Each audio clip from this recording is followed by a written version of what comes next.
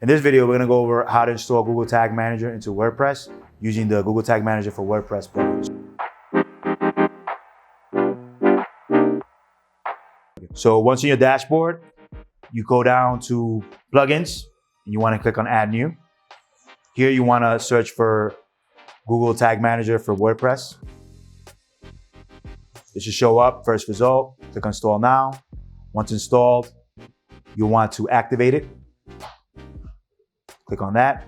Once it's been activated, you want to look for the plugin. So you go to settings and it'll say Google Tag Manager. So here it's asking you for a Google Tag Manager ID. You want to go back to your Google Tag Manager. In the code, you see those letters, that's the ID. You can also see in the above it, it says GTM, it has a code. So once you have that, you copy it and you paste it. So you want to select codeless, meaning you don't have to make any tweaks, and you hit save. Now, if you want to make some tweaks, if you want to use custom version, you want to select custom.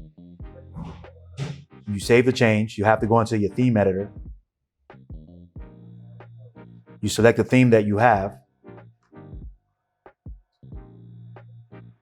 You click on header.php. You scroll right before where it says body. And you want to copy that piece of code. And you paste it in there. And the reason you're using custom because not everyone has JavaScript enabled. Some people don't have JavaScript enabled.